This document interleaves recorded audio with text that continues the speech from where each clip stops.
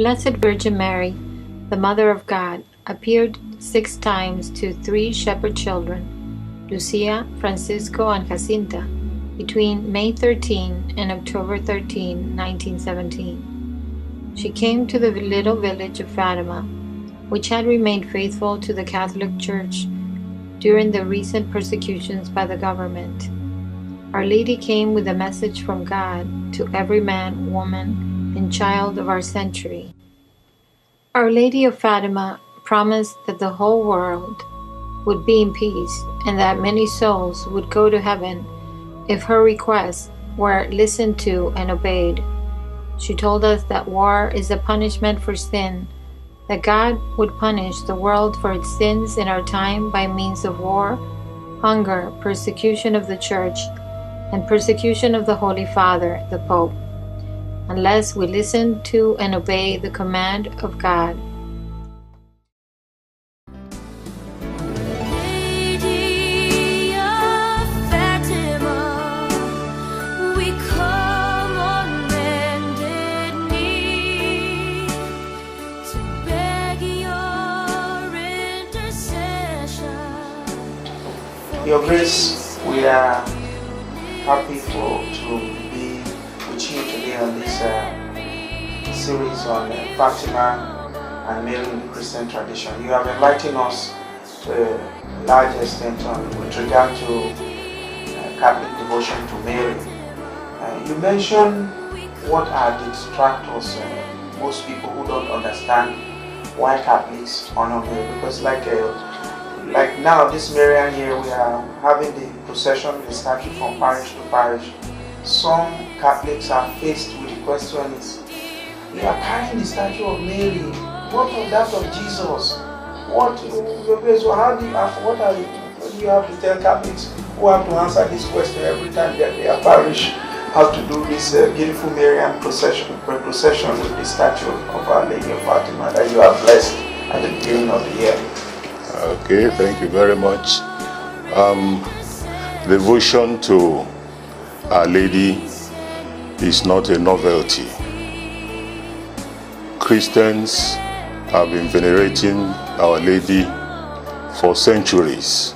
It was recognized by God Himself. God brought her into His plan by her saying yes to Him and cooperating in His salvation of mankind.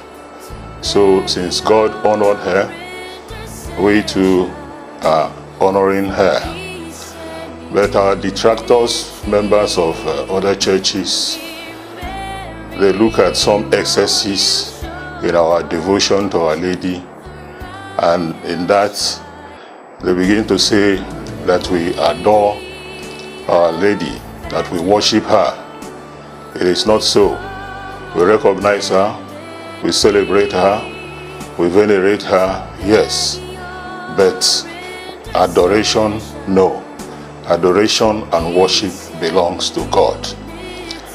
Our Lady has been venerated in different shrines, different places where she appeared, either in our apparition or otherwise. But if you go to those grounds, like we have Marian shrine in our Archdiocese, where we go to once in a year, and then in other places there are bigger ones like Lourdes, in Fatima, in Walsingham, and all other places. If you go there, the activities, the main center of the activities are on our Lord Jesus Christ. We go through Our Lady we go to Jesus through Our Lady. If you go to Lourdes, for example, or go to Fatima, the main activity there is Eucharistic procession, and it is our Lord who is the center. After Eucharistic procession, Eucharistic adoration, it is the Lord who is still the center. The arrestation of the cross, it is the Lord who is still the center. Our Lady brings us to Christ. He leads us to Christ. And then that is why we follow her. We are supposed to be members of a holy family, members of a heavenly family. But being Christians, being people in the world, living in the world, we are distracted. But when we look at Our Lady and the saints, we know what is important to do. We know how to relate with one another, and we know how to relate with God. So Our Lady brings us close to God. Our Lady shows us how to obey God. So what happened at the wedding at Cana? He said, whatever he asks you, you go and do it. And then she intercedes for us. The saints also intercedes for us. We don't worship her, we venerate her. And then this is what makes us all Catholics. We venerate her by reciting the rosary, and the rosary, every Christian should have a rosary. Every Christian should recite rosaries, either personally or as a group. And then if you don't have a rosary, you are not considered a very good Christian. So we have to recite the rosary every day, and especially this year, that is the Marian year in our country. And I want to also say that Mary, imitating Mary, who imitated our Lord Jesus Christ, brings us closer to Christ. She lived her life putting all her trust in the Lord, and all of us are called to put our trust in the Lord. She lived her life being charitable.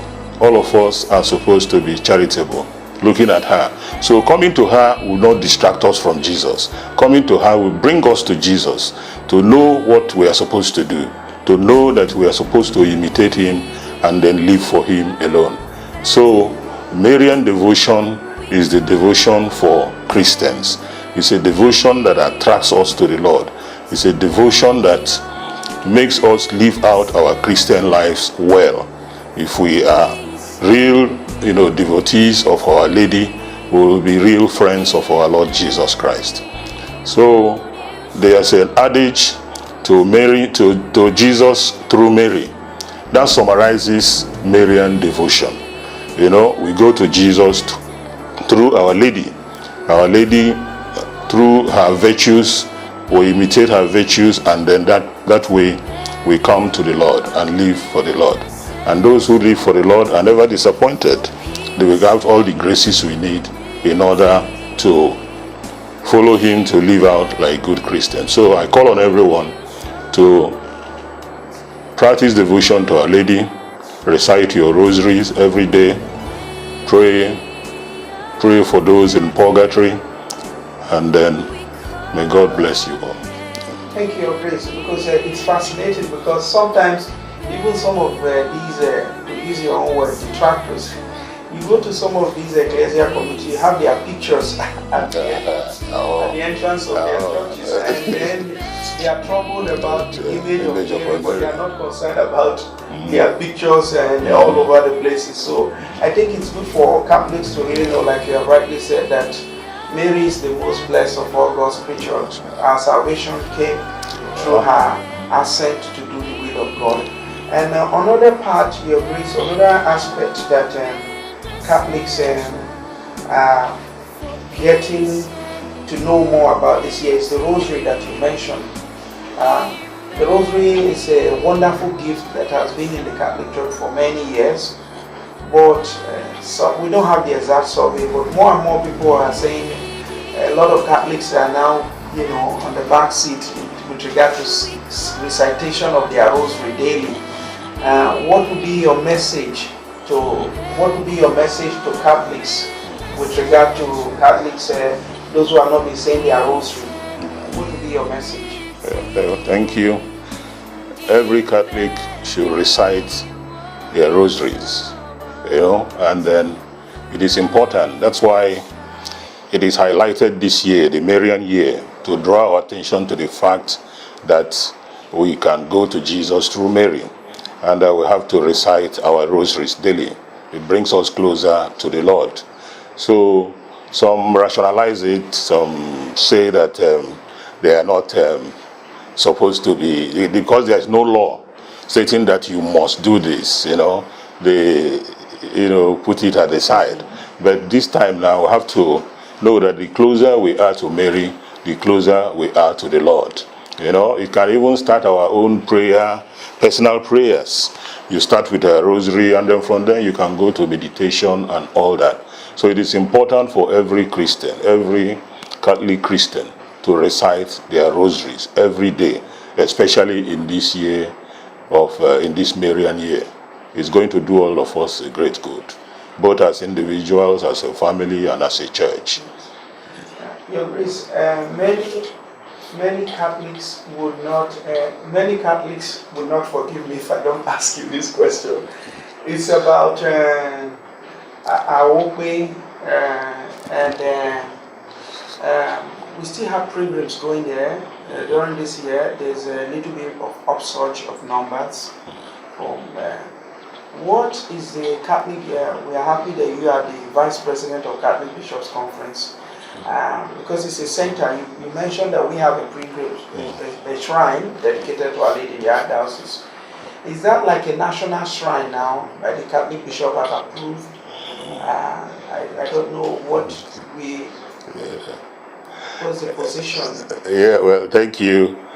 I don't think it has been recognized as a national shrine. Just like certain shrines people go all over the world are not recognized as approved by the church, like Medjugorje. People go to Medjugorje every year. Even when there was war there, people were still going, and then but maybe because of their personal testimonies of those who went there, it attracts people. But as far as I know, Awope has not been recognized as a national shrine, But the thing is that people who go individually, they give testimonies in their different places, and with these testimonies, others are attracted. But it may be a national center in the future, but for now, it is not. Yeah. Thank you, Your Grace, and that will give a lot of clarity to many Catholics that something has not been officially approved. It's not a statement that it is fake. Yeah. It's not a statement that it's authentic. The church in Nigeria, the bishops are still studying it to look at the authenticity.